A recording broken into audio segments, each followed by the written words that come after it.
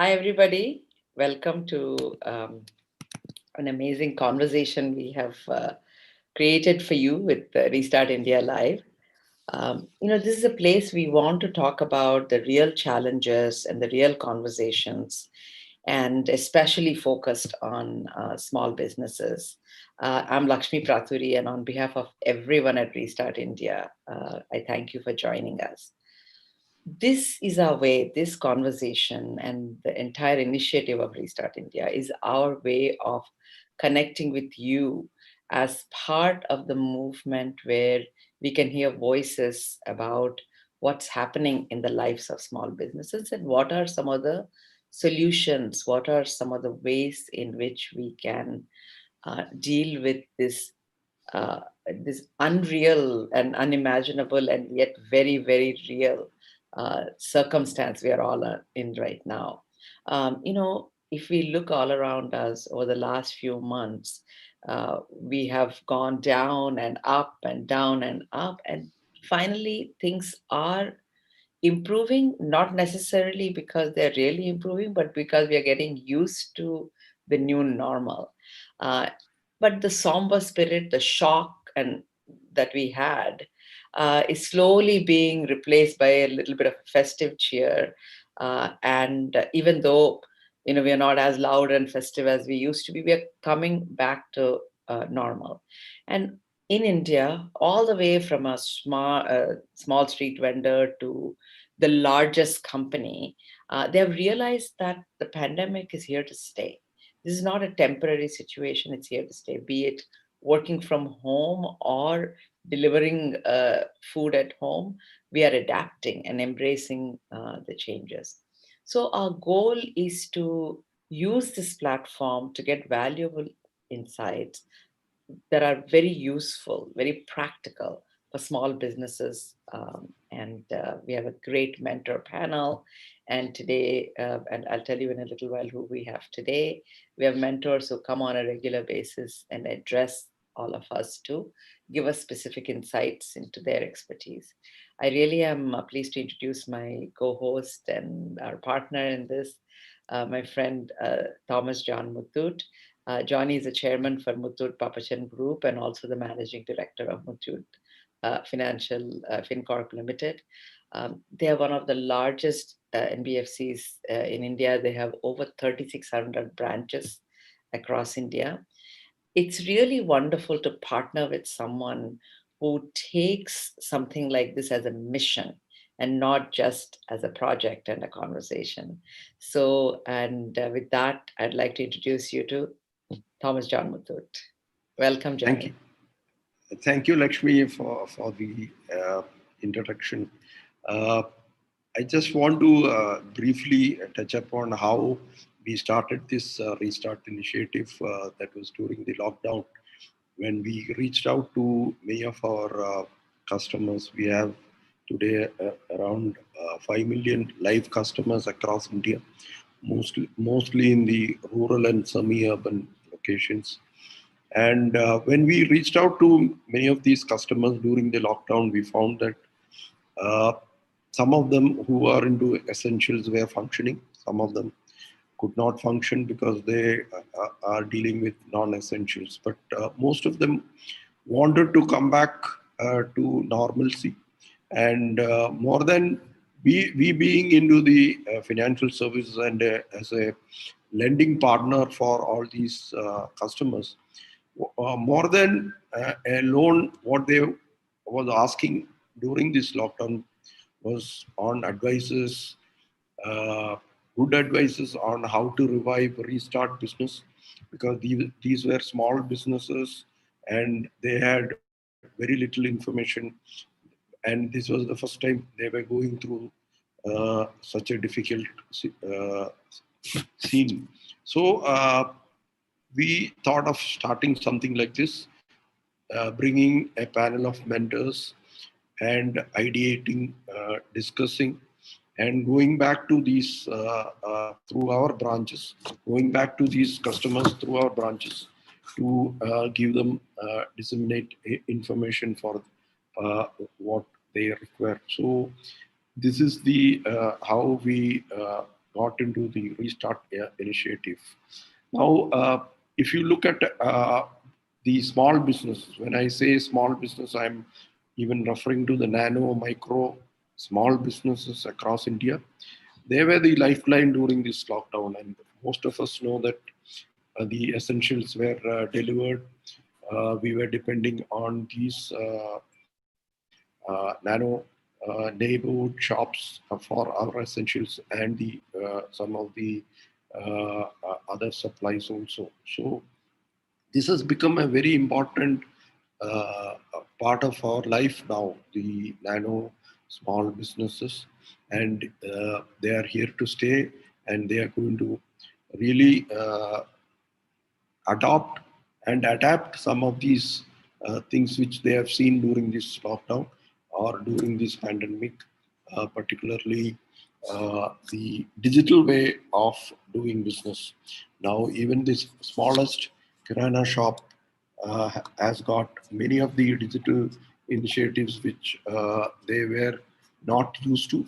They have adapted and adopted these very fast, and I think they would now continue to use this. We have seen this sometime before also, a transition to some digital activities of these small customers during the demonetization. But again, soon after the pains of the demonetization, they are shifted out of the digital way of doing uh, things. But now I think it's here to stay. So small businesses with technology, I think, is going to be the way of life for the nano small businesses. So over to you, Lakshmi. This is Thanks. Thanks, Johnny. As Johnny was saying, while in the initial phases of lockdown, small businesses owners were hit and, it was really, really painful.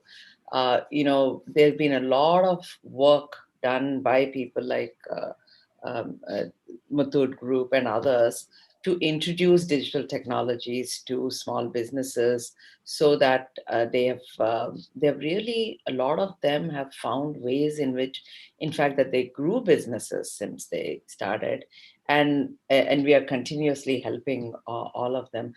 For example, we've had somebody who had a little cake business and now using WhatsApp to market their stuff and actually delivering a lot more cakes than they ever did before. So all that learning is happening. So one of the aspects we want to focus on today in this new normal is how you market your business, how you talk about who you are is extremely important. It's not just a hit and miss kind of thing. It's actually art and a science. And so we really want to talk about branding and marketing for small businesses. And to do that, I have a dear friend, Vivek Bhargava. He's our mentor, and Vivek is somebody who has been doing digital marketing before it was popular to do digital marketing. When people said, "What are you doing?" That's the time he started it. He founded Communicate too, and then he made it part of Dentsu. He ran that, and recently he formed Profit Wheel, which is a with connections to both Dentsu and Netcore. I mean, this is his specialty. Is he puts the unusual people together to create solutions that are very futuristic, etc. So he has done this over and over again. He's also been an investor in the reality show The Vault. He's multifaceted. He's an amazing table tennis player. He's a champion, and he's also owns the Empower G Challengers in the Ultimate Table Tennis League, the country's first ever professional table tennis league that's been there. So, as you can see, he is one of the most versatile men I know. The only thing that trumps over him is his daughter, who's become an entrepreneur way earlier than he did in her teenage. So if there's anybody who can beat Vivek at his own game, probably it's his daughter. So and so anyway, Vivek, welcome to our show, and thank you for being here. Thanks, Um, Lakshmi, and for this generous introduction. Our team is now called Goa Challengers. Mr. Srinivas Ah, Kampo joined us last year. So now it's okay. Goa Challengers, and we've had a fantastic season last year.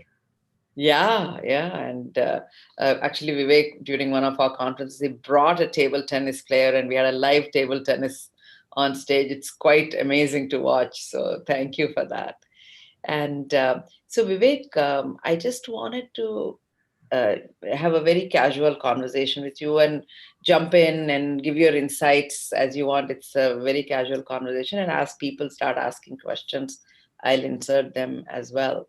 So I thought that we'll just start with the basics and say how important in branding and marketing to small businesses, because we usually see the large businesses, consumer marketing use that, but how important is it for small businesses, and do they need to create a brand identity for themselves, or is just smart marketing enough? Give us some examples, give us some insights. Sure. So I think, see, the easy answer would be, yeah, it's very important. But let me go back a little bit and tell you what my thoughts are. Yeah. What exactly is branding, right? So Right. now you say, okay, this is a brand, this is not a brand. What's Hmm. the difference between the two? Uh, Right. First thing is that when you have a brand, then just 1 second. Lakshmi, I'm sorry, but I think there's somebody making the noise. 1 second. Okay. Kapil. The beauty, see, now you all know it's a live show, it's not pre-recorded, because as there are disturbances, we have to get up and take care of them. Okay. And I thought so, like before he goes about using the mixer for half an hour, 1 hour more, I better quieten it before we start off the conversation. Because, yeah. okay. Uh, so as I was saying, right, I think the way to look at brands is that does it help you sell more? So, Hmm.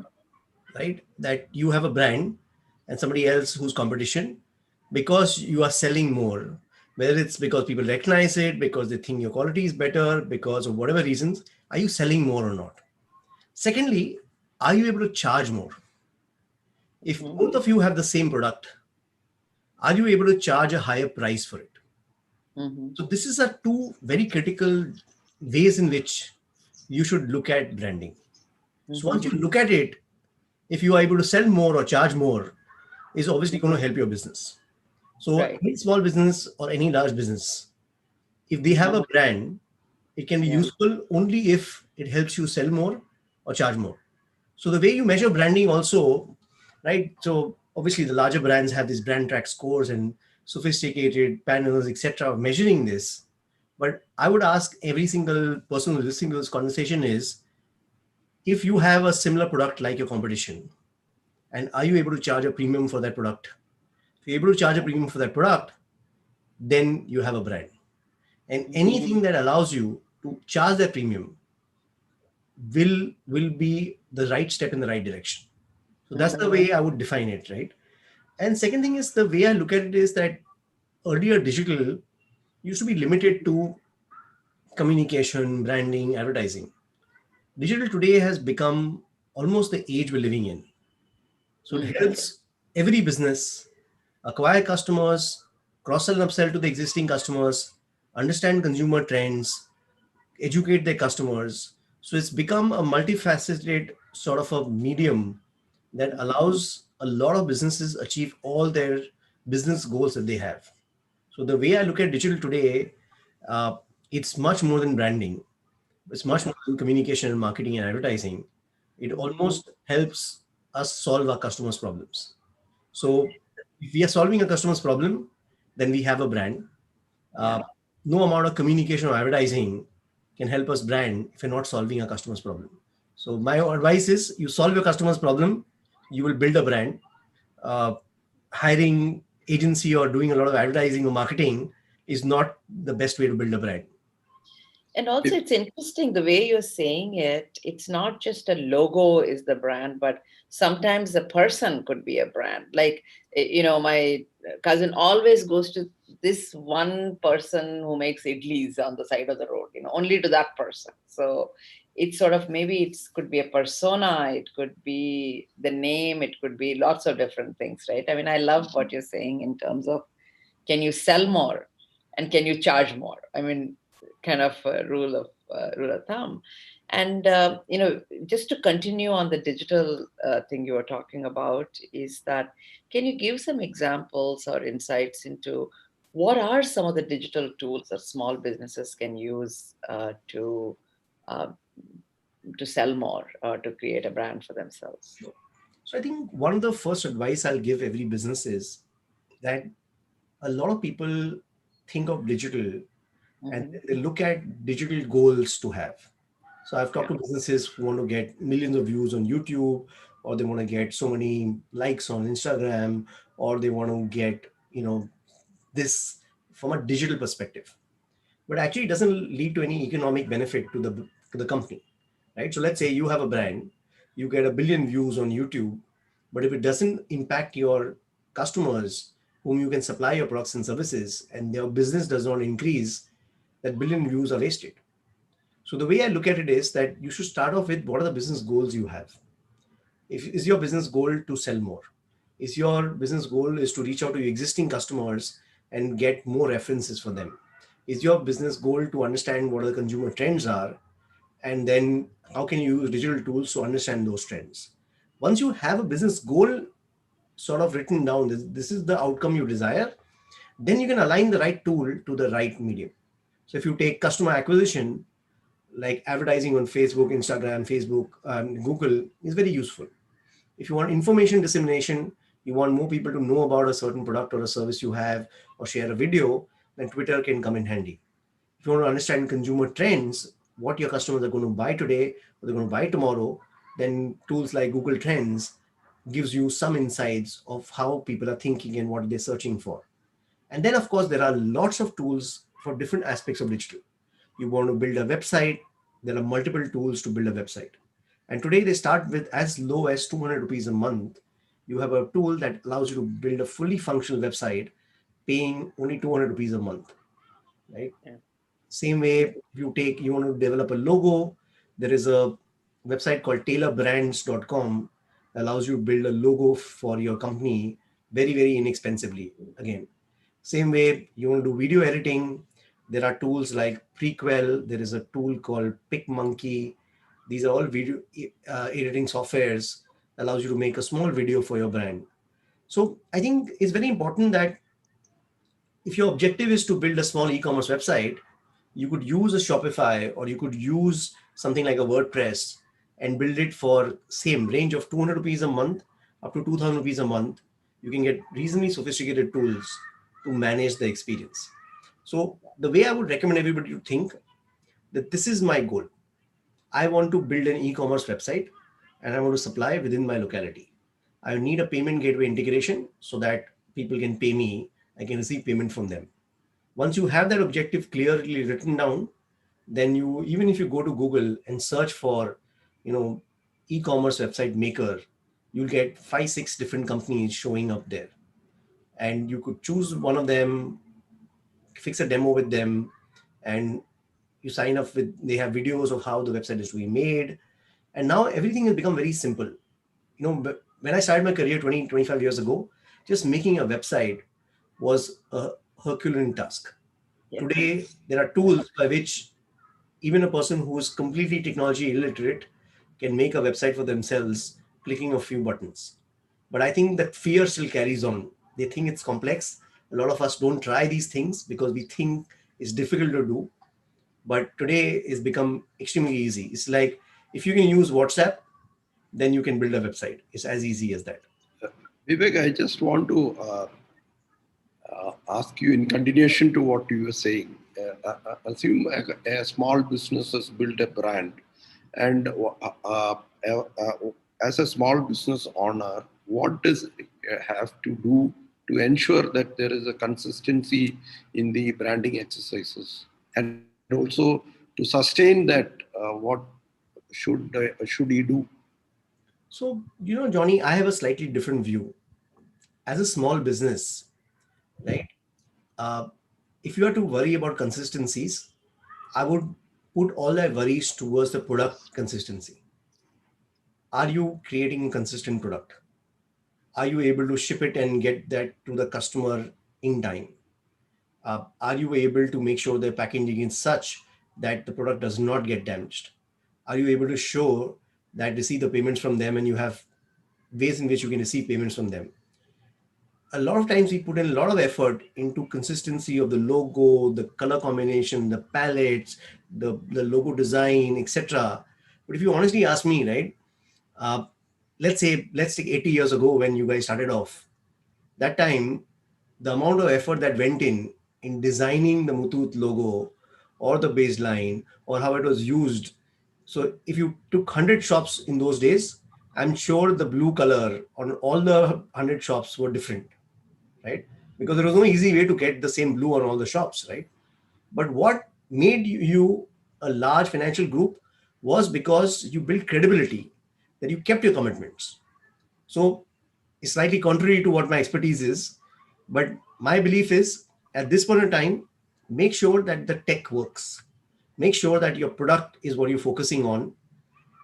Then there are easy ways to, let's say, build a logo, right? So you build a logo, you get the CM by K, whatever combinations you RGB things, and then you give it to the printer. He will give you consistency. But if you're not able to get the same color, it's okay. That's not end of the world.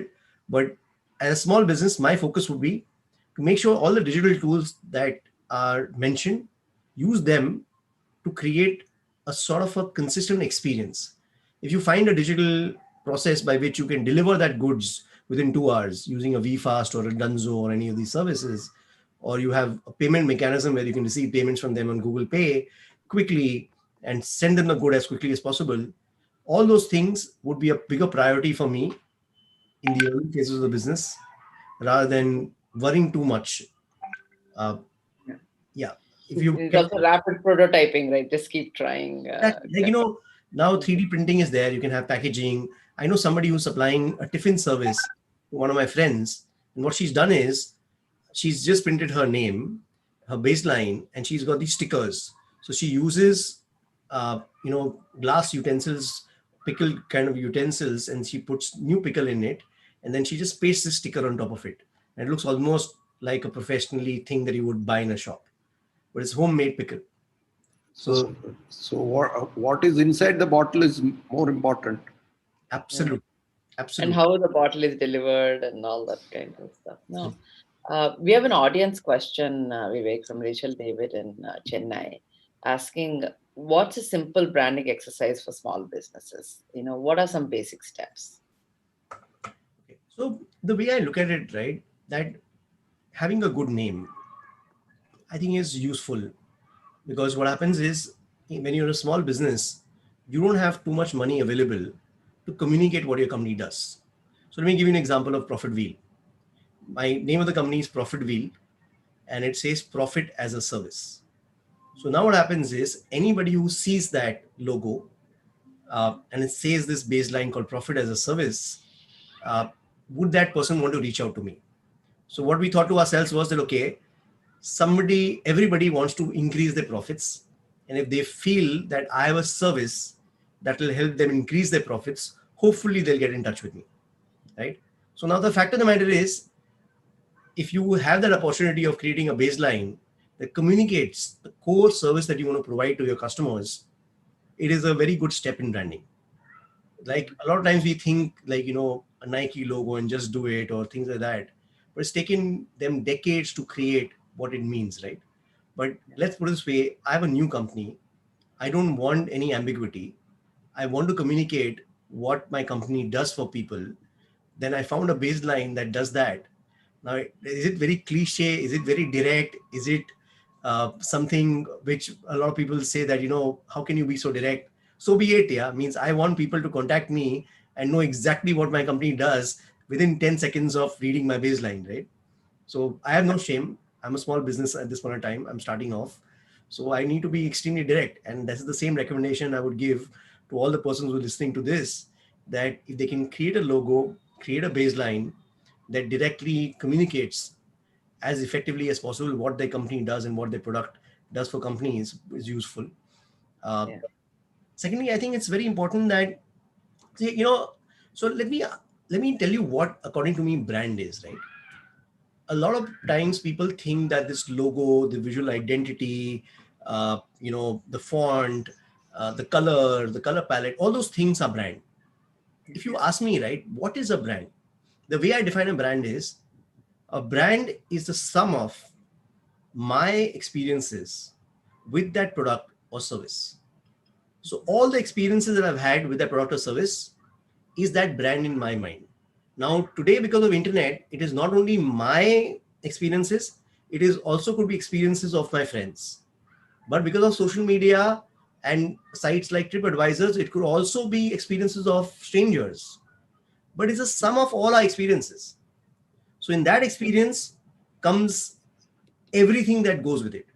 It is the packaging, it is the logo, it is the quality of the product, it is the way it was given to me and served to me, the experience of a service that came along with it, and how they responded to my queries, how they solved the problem that I had. All those things is a brand. So a lot of people think a brand is a logo and color palette and the name, etc. No, branding is a sum of all experiences. So you have to work, if you want to build a brand, then you need to work on the sum of experiences your customers are going to get from you as a product or a service. So that's the way I define a brand. So then what happens when you talk about branding, now you have to look at improving that experience at every single level when you interact with the brand or a product or a service. So It's a, this is the way I would define brand. it's a journey. It's a full journey. Absolutely. Yeah. So one question. See, most of these small businesses have the customers within the proximity of the entity. So what is it one can do to improve the business? What one can do differently to improve the business in that proximity, because the customers are geofenced.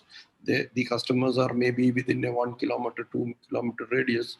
So what is it they can do differently to attract and improve their business, Yeah. attract customers and improve business? Yeah. So Johnny, one of the things that I've seen with a lot of small businesses, whenever I speak to them, they are very hesitant about spending monies on advertising because they feel that, we are too small right now. We should not spend monies on advertising. But I have a slightly contrary view to that sort of belief. So I have this thing that I learned about beliefs, right? That when you hear a new belief, if it empowers your business, then you should accept it and adopt it. If it limits your business, then you should reject it. It doesn't matter whether the belief is rational or based on certain conditioning you have, etc. So my belief is that, imagine you are a large company. Now you're competing with a person who's in a small locality of 1 kilometers. Now the thing is, you're a large company, your advertising budget is spread across, tens of thousands of kilometers all over India. So in that 1 kilometer radius, if you have the ability to advertise to that person who's searching for that product with your locality name or that pin code, you can actually defeat a Unilever or any large brand for that 1 kilometer radius. Because first of all, you can promise a faster delivery.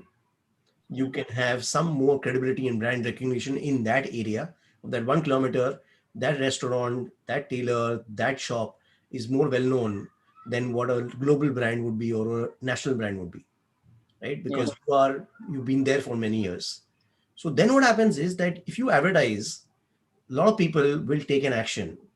And as long as you can, so a lot of people, the way I look at advertising, right? A small business should look at advertising as a cost of sale. So instead of looking at it as an expense in the profit and loss account, what if you were able to shift it to the balance sheet and look at it as a cost of sale? So now you're selling a 100 rupee product. You have a margin of 30 rupees. You try that. How do you advertise less than 30 rupees? So when you sell a product, you make some money. Now, I'm not even talking about customer lifetime value, because the same customer may buy from you more often, 3 to 5 times in a year, and that person may give you 150 rupees of profit. But even if you ignore that customer lifetime value, at least up to 30 rupees, you should be willing to advertise, because without the advertising, you would have lost that sale. So what are the kind of things you can advertise? First thing is, Google search is very effective. So if you put the locality or the name of the area in your Google search, so let's suppose you are selling garments and somebody looking for saris, let's say Prabha Devi, or saris, some locality in Kerala, then at least that person is looking for a sari in that location, right? Now, in that location, can you beat a Nalli saris or some of the famous national brands? Of course you can, right? Because that 1 kilometer, that person is looking for a sari in that 1 kilometer radius. You are the perfect person to get that person as a customer, right? Then what you can do is Instagram is there. In fact, in the COVID-19, in the last 7 months, a lot of weavers have actually come online on Instagram. And my wife has bought multiple saris at much better prices than what she could buy from national brands. And the weavers directly are selling now on Instagram. So Instagram also allows you to target certain pin codes. So any local, hyper local marketing is very useful. Secondly, Yeah. any person who comes to your shop, right? Can you figure out some ways of getting their contact details? Can you have a WhatsApp group? Can you create some kind of content once in a week that you could be sending on that WhatsApp group? Don't abuse that content, but can you really produce some content once in a while which will be useful to them, right? Over a period of time, this group can become larger and larger and larger. So when something like COVID-19 happens, suddenly you still have this people who are buying from you. They say generally 20% of the customers every brand and every company has gives them 200% of their profits. So those customers, can you build that one-to-one conduit with them? Now, earlier you had to send physical letters and things which are expensive. Now WhatsApp is almost free, right? So if you have 500 customers who buy from you regularly, and if you have them on WhatsApp, imagine the value of that and the customer lifetime value you can create with them. I know so many people who are supplying food, cakes, and other things from home, and they're part of the WhatsApp group. So she produces some quantity, and then people just say that, okay, this is what I want. And the quantity is very small, so it gets over pretty quickly. So it's almost like competition. When it gets posted, people want to buy it as quickly as possible because it's like, food stuff. A lot of people from good old days, the Pani Puri wala, the Kayani bakery, everybody, right? They have been, their food has been getting exhausted for decades. So if you don't go in time, you're going to lose that stuff. Now they're using the same thing on WhatsApp. So when it gets posted, within 5 minutes, it gets sold out. So then next time you're waiting for that post to come. So I think the best thing in digital is, right, that a lot of, so Jim Collins has this very interesting book called Good to Great, when he talks about that a flywheel where, one improves the other, right? So, and you fire bullets, and then when the bullets hit the target, then you throw the cannonball. Same way applies in digital, right? You try a pilot out, you try an idea out. It costs hardly anything to fire that bullet. If it works, then you allocate more resources towards it, and then you throw the cannonball. But you can Yeah. keep on trying these ideas out, whether it's WhatsApp, whether it's SMS, whether it's email, whether it's Google AdWords, whether it's Instagram. You can do Google AdWords for as low as 1,000 rupees a month. Start with just bidding for your brand. That you should have a Google AdWords account, and anybody searching for your brand, not even your product, but somebody who's searching for your brand, your link and your ad should show up for that person, because your competition could be bidding for your brand name. So then somebody will be searching for your brand, your competition will give a bid for it, and you will send your own customer to competition because you didn't bid for your own brand. So some of these things are very, very simple to start off. Uh, Mhm. you just go to Google and search for how do I do AdWords, and it'll give you exact instructions how you can put in 1,000 rupees and start off Google AdWords just bidding for your own brand. You can't go wrong with that, right? Because a person Right. searching for you must find you, because if he Yeah. doesn't find you, he's going to find competition. Yeah. And also, you need to do a few trials to know which are the right words to use, right things to use, etc. So, absolutely right. We have another audience question, Vivek. It's from Bharat Mishra in Mumbai, saying, What are some of the things I definitely should not do when creating a brand?" Yeah. I think one of the things that I would recommend is that don't hire, if you're not a large company, don't hire agencies and work with large agencies to do your digital. So although it's contrary to what I do for a living, but my recommendation is in the early phases of the business, I think learning how to do digital is going to be your core competency. And you learn digital through experimentation. So I would recommend that if you set up your Google AdWords account and you're spending only a few thousand rupees a month, you should be setting it up yourself and running it yourself. Because then what happens is when you grow in the future and you want to hire somebody, you'll actually know that the person has to improve that performance and you'll have a benchmark. Then automatically that person will be, I would say that they'll end up spending more time on your account because they know that they're dealing with somebody who is more knowledgeable or is knowledgeable as much as them. Second thing is, I think there are a lot of tools available, um, but I think getting that perfection, a lot of people strive for. Like I actually, when I go and talk in a lot of conferences, I say, how many of you are really, really happy with your website? And hardly 5% of the hands go up because everybody hates their own website.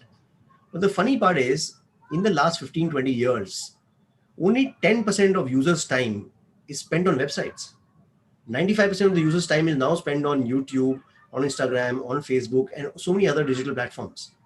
But here is this 90% of the audience who's still trying to work on their website. So don't worry, whatever website you have, if you have a website, is good enough. Please spend time on where your audience is. Your audience is on Instagram, they are on YouTube, they are on Twitter, they are on so many other platforms. You can use WhatsApp very effectively. Well, most people sometimes see the website, and if you don't have an e-commerce website, then just getting your shop address from the website. So getting a beautiful, beautiful website and spending too much money on it, I would not say is the best idea. Make sure that you're spending time on all the places where your platform and the users are. So that's the other advice that I would give you. Third, I think don't try to build a blueprint of what you want to do. Uh, Digital is about taking a compass in your hand and you start walking in the right direction.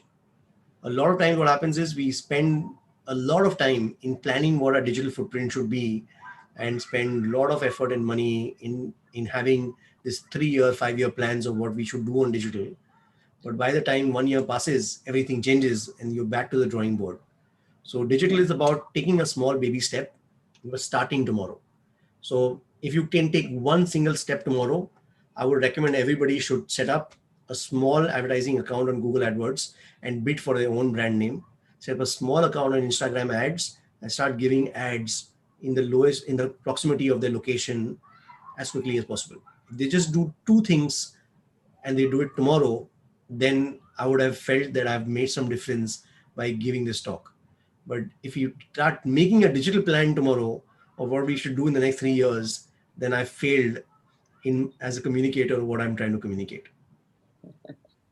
No, you're very specific. Johnny, go ahead. I just wanted to again go back to you had answered partly. Just I have one. You have a great product. You refer to a pickle.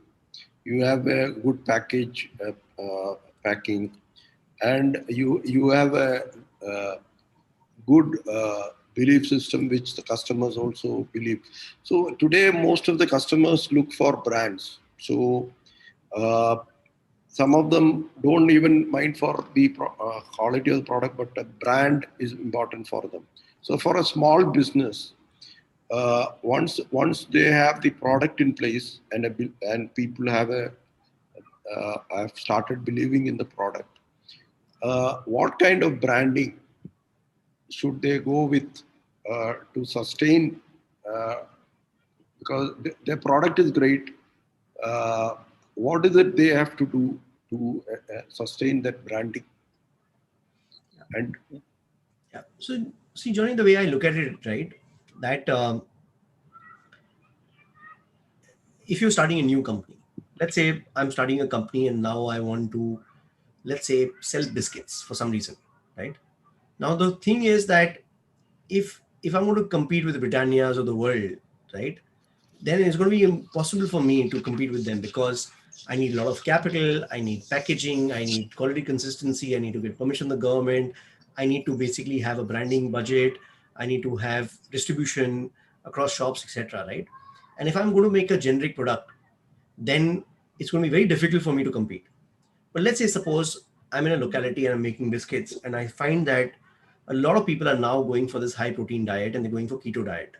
And now I'm able to create these really specialized keto biscuits that cost 1,000 rupees or 2,000 rupees or 5,000 rupees a kilo, right? And I'm going to go after the 0.01% of the population in every city and supply those keto, really high quality, really expensive biscuits to that population.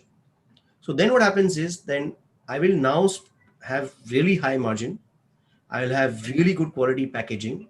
I'll try to go distribution through outlets like Nature's Basket, or do a direct website, and I'll build up a brand where I'll tie up with associations like, In Future Makers or YPO or EO or some of these places, where I'll say, you know what, I'm going to give a 25% off to YPOs, but I'm going to give a 5,000 rupees a kilo biscuit for 4,000 rupees, right? But it's going to be out of the world, right?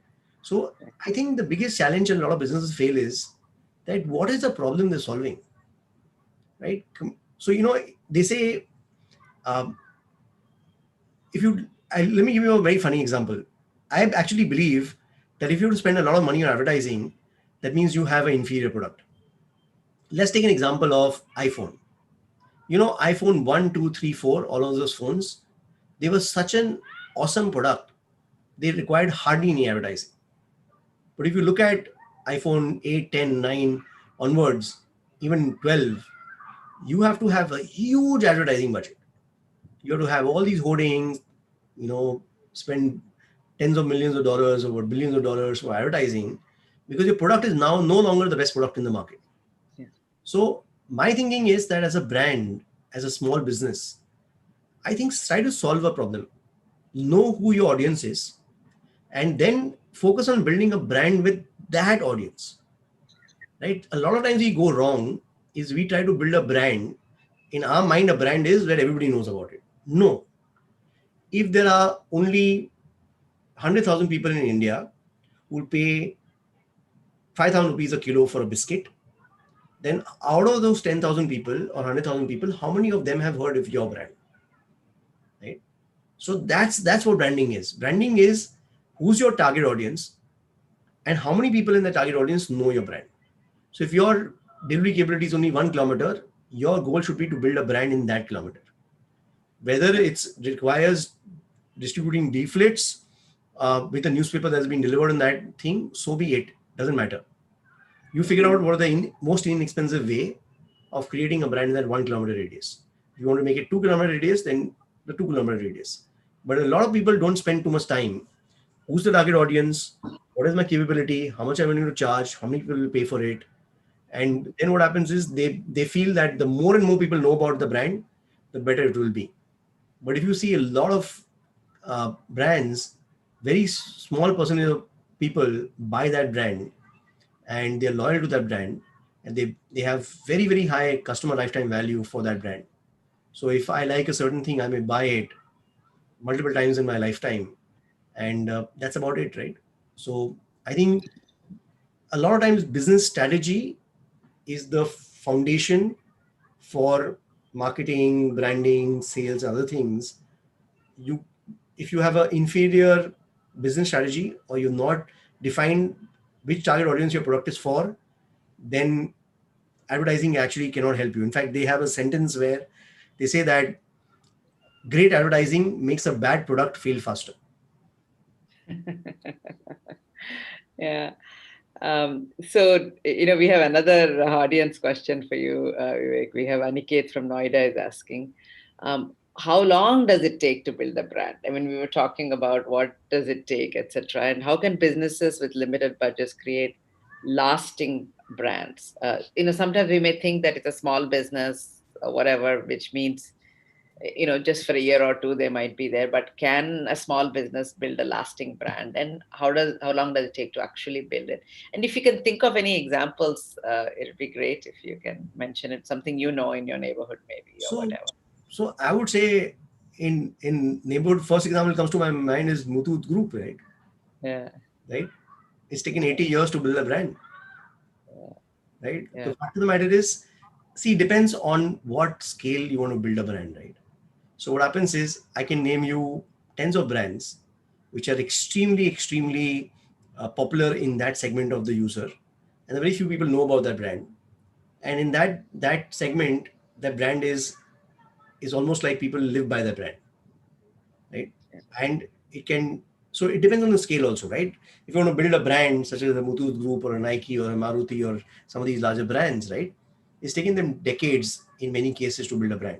But let me give you an example, right?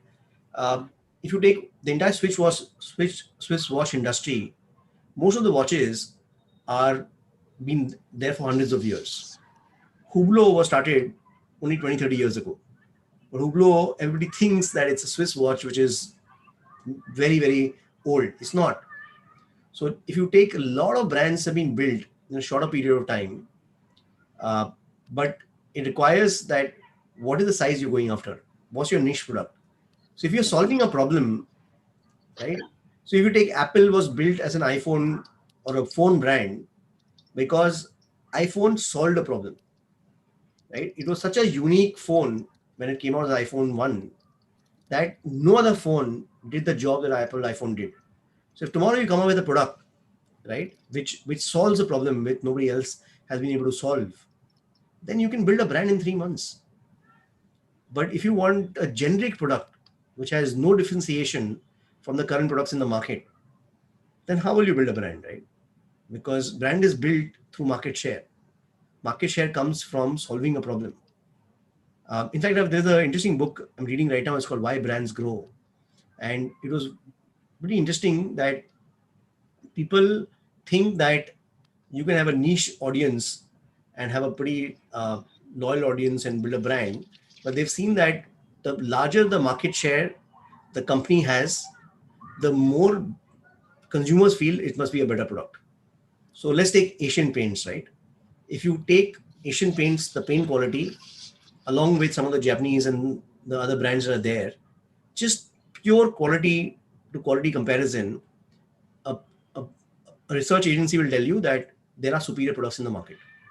But if you ask a user, everybody says Asian Paints is a superior product. Because the thing is that they have a largest market share. So automatically, consumers feel it's a better product. So I think the way I look at it is that instead of concentrating on how do I build a brand, I think entrepreneurs should concentrate on how do I solve a problem? How do I innovatively solve a problem? Like let's take Profit Wheel as a company. The advertising industry does not talk to the CRM industry. The CRM industry does not talk to the advertising industry because there are 40 companies that Google acquired. There are 40 companies that Salesforce acquired. And now these 40 companies talking to each other is almost impossible. So I said, okay, can we make these two systems talk to each other and then create tremendous amount of efficiencies in both the systems, in the advertising system as well as the CRM systems, right? So it sounds a simple problem, but it's a very difficult problem to solve. But if we solve it, then I don't have to worry. There are 10,000 advertisers all over the world who will be spending billions of dollars on advertising and CRM. This solution will help me get huge market share with these 10,000 advertisers globally, and I will be a brand in those 10,000 people. Then McKinsey is a brand, right? But McKinsey is a brand with how many people? If you go to every single billion people in India and ask them who McKinsey is, probably 5 million will know or will have heard of McKinsey, right? Or what it does. But that 5 million people is adequate enough, right? Every person who can afford to hire McKinsey knows about them. Right? So what you should ask yourself is, if there are 100 people who can buy my product or a service in the next 3 to 5 years, how many of those 100 people know about me? Yeah.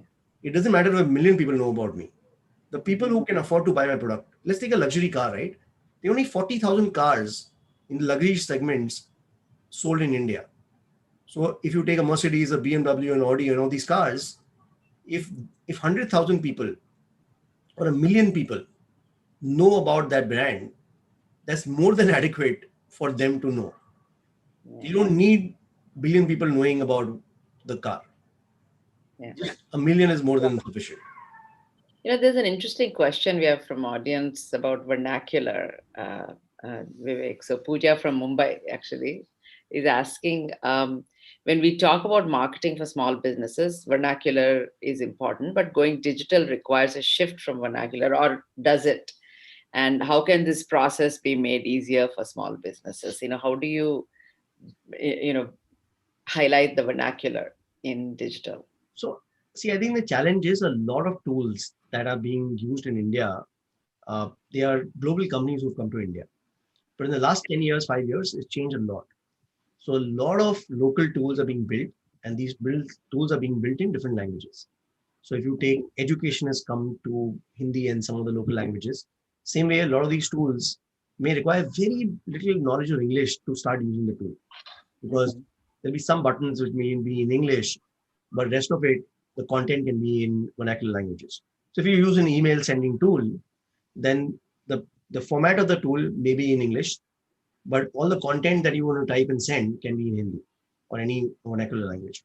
So the way I look at it is, if your target audience whom you want to sell a product or a service understands a certain language, that should be your language of marketing. That should be your language of communication. So if you want to build content, you build a YouTube video in a vernacular language that your target audience can understand, and the target audience will buy your product or service. That's good enough, right? Mhm. So now YouTube, you can actually build it in all the languages that are supported, right? Correct. But video, in every single tool, video is supported in any language, right? You don't need to know English in order to create a Kannada video or a Telugu video, right? Correct. That's all you Correct. need is speak in that language and record it. Yeah. So if your target audience is consuming a local language or vernacular language, please create content in that language. In fact, one of the things I would tell every single person in this audience is that as a small business, most of your focus should be on creating content, Yeah. because there are three pillars of digital. There is a pillar which we call it as paid media, where you pay for media. The other pillar is social media, which is Facebook and some of the other social media platforms. The third is something called organic media, right? Where search engine optimization and other things that you get free traffic. All three of these pillars actually require content. Yeah. You have great content, then your paid media costs are lower. If you have great content, then you have more engagements on social media. If you have great content, then you get organic traffic. So in fact, I would go to this extent and say that you should not have a digital strategy. You should have a content strategy. If you have a content strategy, your digital strategy will automatically fall into place, and content creation doesn't take money. Yeah. Vivek, another question is basically for a customer who is much below what we are discussing now, because most of the people we are talking about, small business, might have an outlet where there would be walk-in customers. I'm going one level down. For us also, there are almost 2 million customers who are women entrepreneurs who are into some kind of economic activity. They operate mostly from their home.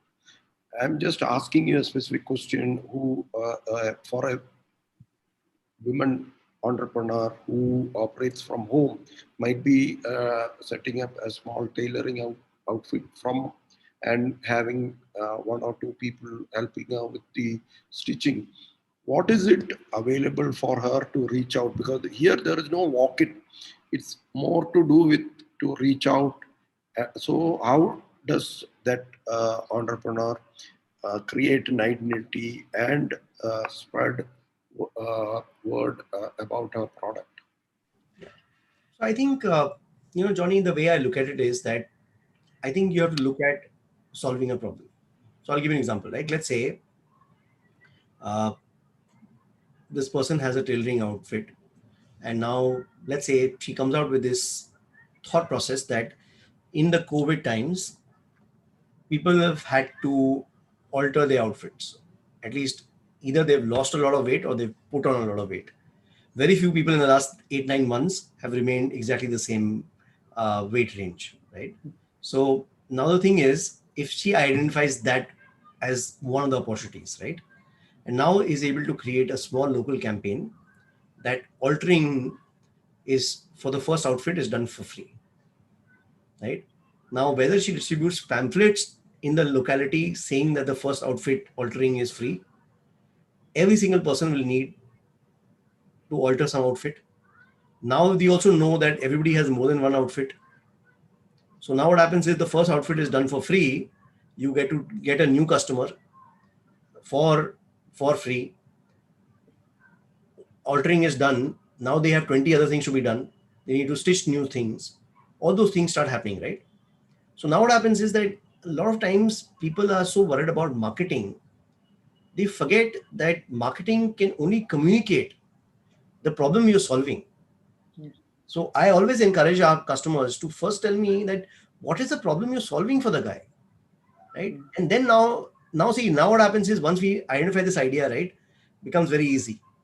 Then becomes easy in terms of bidding on keywords where people are looking for this, people are looking for weight loss, etc. And suddenly you have this category of people where you're going to acquire customers because they wanted to alter an outfit from you once, but based on that, then they build up a one-to-one relationship that they will now start making new clothes with you, right? Then what happens is that I could go on and come out with 20 different ideas in terms of how then you can build that business, right? How you can then start supplying materials to them, helping other shops penetrate this part of it, have tie up with weavers, people who do embroidery. So if you have now, so let's say I'm just doing some loud thinking, right? We build up a whole business. The whole business is on, we're not going to stitch new clothes. We're just going to make existing clothes more beautiful. So we're going to alter them. We're going to paint them. We're going to do embroidery to them. We're going to come out with small new accessories like scarves and everything to be added to them. And now we have this whole suite of things where you come to us with your existing outfit, which you've worn for the last few years and now you're bored of it. Our job is to transform that outfit, right? With all the different things that people in India and small businesses can supply to me, right? So now with that, if you come to me with this business, right, then it's easier for me to think of 100 ideas to communicate this. Like, let's say a lot of today, I don't know if you guys got a chance to see this Mondelez new ad where they had this AI and machine learning working in the back end, where every single person in the locality saw ads of people who are the closest to their proximity. So basically, if I was saying that, okay, buy this watch, it showed, Mahesh, watchmaker of Dadar, to me because I live close to Dadar. So the ads that I saw of Mondelez were different for me and it will be different for Lakshmi, different for everybody else, showing local ads of local shops, right? So now what happens is we can tie up with different brands who can do the same to support local businesses and tailoring outfits. But I think the challenge is that we don't want to think about problem solving. We want to think of how do you communicate my product and service. But the person is going to forget it very quickly because you're not solving a problem for them. If I see an ad, free altering, right, there is a possibility I may remember, oh, you know what, let me just try it out. Let me try it out with the most inexpensive outfit I have, because worst comes to worst, she does not do a good job, at least I'll not waste an outfit. But once you do a good job of it, then I have more expensive things to give you, and where one came from, there are 100 more in most women waiting to be altered. So again, Right. there's a new business, right? But if you're just a tailor and you're just a tailor like everyone else, then all the challenges that everybody else faces, you're going to face the same, and no Yeah. amount of marketing, advertising from a professional like me can help you, right? Yeah. No, you're absolutely right. I mean, my sister in Point in Hyderabad, she has a tailor, and now she's become her tailor, her friend's tailor, our cousin's tailor. It's sort of like this thing, just because of that connection, and to turn the sari into a nightgown, into something else, to something else. Absolutely. So Vivek, I'd love to hear some closing remarks from you. We are almost at end of time to say, what would be your short message to small businesses about branding, marketing, especially in the digital era? Okay. So I think my short message would be that don't get scared of digital. Digital is the age we're living in, and in order to really prosper, learning digital ourselves is going to be critical. If you can use WhatsApp, digital. you're using internet right now. There are very, very easy tools that allow you to build even a website, an e-commerce enabled website for as low as 1,000 rupees a month. Please utilize those tools and start building it. Don't think about the next 3 to 5 years, 10 years, or what you should do on digital. Think about what you're going to do tomorrow. I would recommend is that over the last 1 hour, whatever you've heard, can we take up one idea, right? Whether it's Google AdWords, whether it's Instagram ads, or whether it's using WhatsApp to build a community of potential customers or existing customers, whatever the idea was, right? We take up one idea, but implement it tomorrow, right? Being a Saturday, great time to implement it, but implement it. And like this, every month, every week, you should try out some ideas, spending only a few thousand rupees. So, in fact, I'm going to discuss with Johnny that we should have sort of talks which you record and keep, where every month there is one idea to be implemented. So there is a 5 minute video. How do you do Google AdWords? How do you start a ad account bidding on your own keyword? It's a 5 minute video and exact instructions on how do you start with a 500 rupee Google AdWords account. And I'll also get you enough monies from Google to support this initiative, because Google actually would like small businesses to start using AdWords, because eventually they will become large businesses and give Google a lot of money. But Yeah. they are willing to give 5,000 rupees free to all the Yeah. small businesses. Similarly, Netcore is one of the companies I'm associated with. They have email, SMS, WhatsApp uh, uh, sort of platforms. They also would love to help small businesses. They can give a platform by which they can give some SMSs, WhatsApp, and emails for free. The small businesses can use. So there are a lot of companies. There are 53 million small businesses and MSMEs in India, and that's a large opportunity It's a for large lot of number. companies. Yeah. So I'm sure a lot of people in the digital world would love to provide the services and products to them, where the first month, where we said first alteration is free, the first month is free for most of these companies. So I think if we start using it, we start benefiting from it, then it'll become a way of life. But without learning digital, we're going to face a lot of challenges in our businesses. So my only recommendation is, please learn it yourself. 10 years Yeah. down the line, you will be glad you attended this talk and you started some journey. No, I just have to say, Tina and Shraddha, who actually run this initiative, they've already started working on a pilot where they've sent just short videos on how to do market using WhatsApp. It's been amazing seeing, just a few things of this is how you create a group, this is how you market it, etc. They started doing it, and we should seek your help to get Facebook to fund it. So we'll definitely come to you, I'm Vivek. sure they will. Johnny, your Okay. closing Thank- remarks.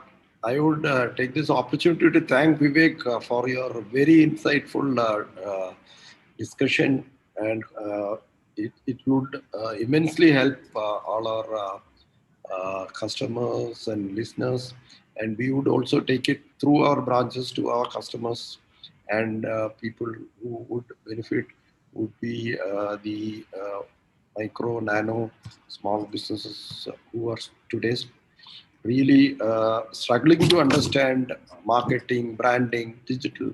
So your final words, don't get scared of digital, is the message we will take it to them. Thank you very much once again, Vivek. Thanks, Vivek. And also to say, do it yourself. Try something yourself, and not just look for an agency. So it's, as usual, delightful and wonderful. Thanks for all the examples. Thank you, Vivek. And thank you to all our audience for joining us and asking some great questions so we could have a live conversation. Thank you very much to all of Thank you. you. Bye-bye.